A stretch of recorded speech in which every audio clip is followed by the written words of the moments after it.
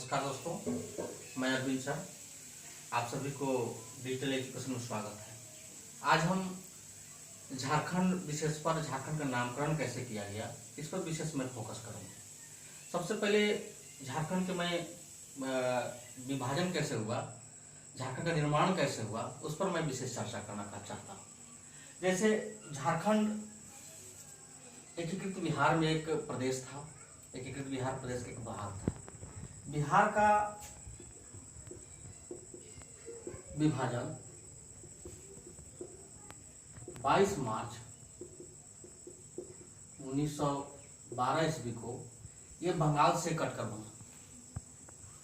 बंगाल जब विभाजन हुआ 1905 ईस्वी में, बंगाल का विभाजन जब 1905 ईस्वी में हुआ तो बिहार का वहीं से सुगबुगाहट निर्माण का शुरू हो गया। तो 22 मार्च 1912 ईस्वी को बंगाल से बिहार अलग हुआ और बिहार 1 अप्रैल 1936 ईस्वी को बिहार से अलग जो उड़ीसा का निर्माण हुआ। तत्पश्चात झारखंड प्रदेश के मांग अपने सांस्कृतिक बचाव के लिए बहुत सारे नेताओं ने मांग करते रहे।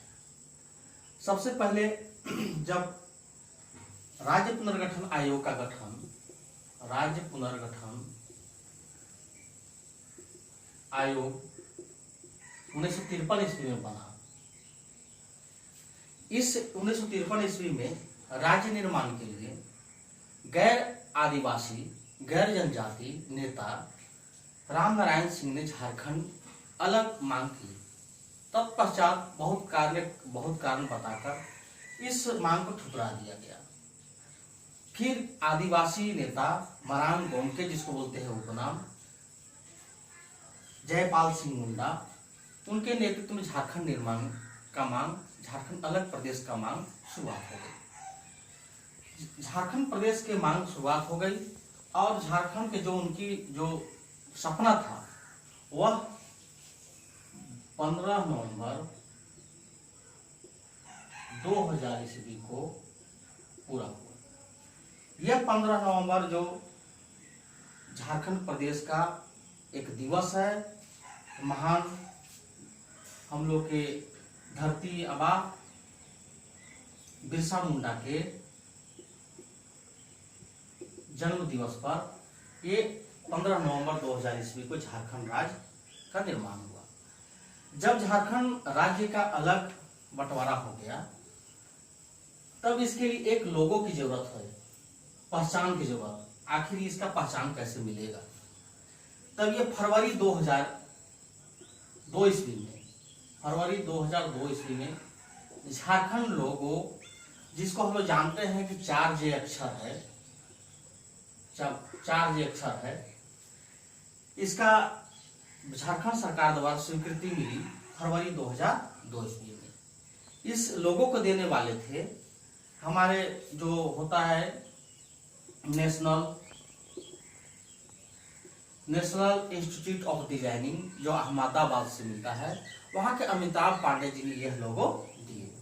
फिलहाल हम लोग के जो झारखंड सरकार में है, जो झारखंड प्रदेश में है, यह 22 जुलाई 2020 ईस्वी में इस लोगो को विलुप्त कर दिया गया और नया लोगो, बीच में अशोक स्तंभ, उसके किनारे पलाश का फूल, उसके किनारे ये हाथी का लोगो जारी किया गया है।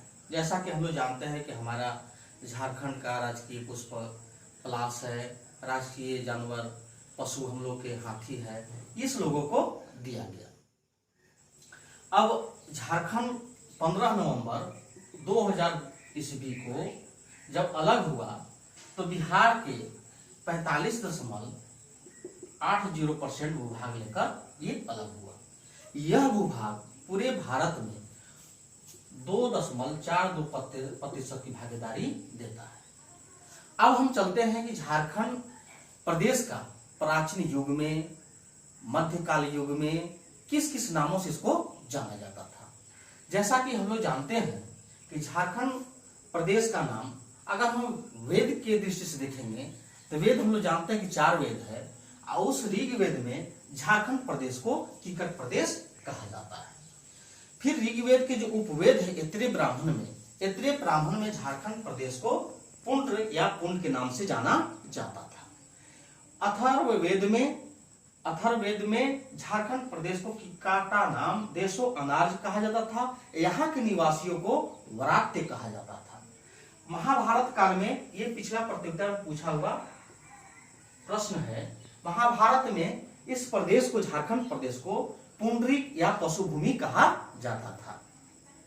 वायु पुराण में मुरन कहा जाता था, विष्णु पुराण में मुंड कहा जाता था, भागवत पुराण में इस प्रदेश को किकट प्रदेश कहा जाता था।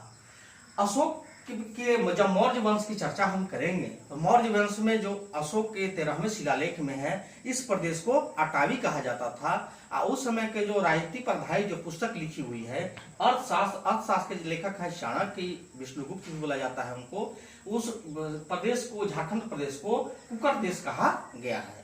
गुप्त वंश में हम चर्चा करेंगे तो गुप्त वंश में जो प्रयाग प्रशस्ति है, इसके लेखक हरिसेन हैं और ये समुद्रगुप्त कालीन है। उस ये प्रयाग प्रशस्ति में इस प्रदेश को मुरन कहा जाता था।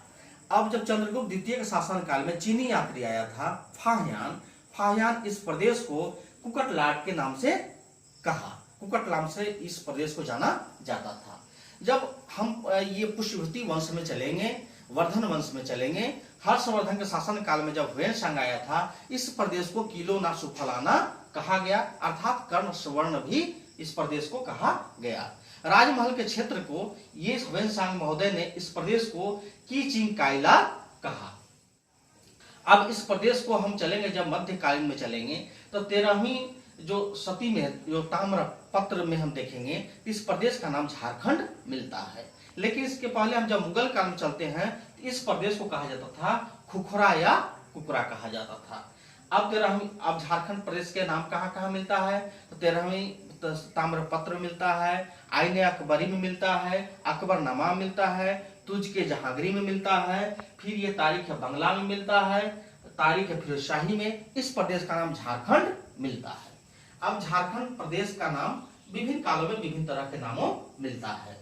अब हम चलेंगे कि ये झारखंड प्रदेश का नाम कुछ जो हम साहित्यिक दृष्टि से देखेंगे तो जैसे कबीर के दोहा हो गया, ये मोहम्मद ये जायसी द्वारा जो पद्मावत है, उस प्रदेश में भी, ये उस दोहे में भी झारखंड प्रदेश का नाम झारखंड मिलता है। तो झारखंड प्रदेश का विभिन्न ये कालों में नाम इस तरह से मिलता है। मुझे आशा है कि आप सभी को अच्छा लगा होगा। धन्यवाद।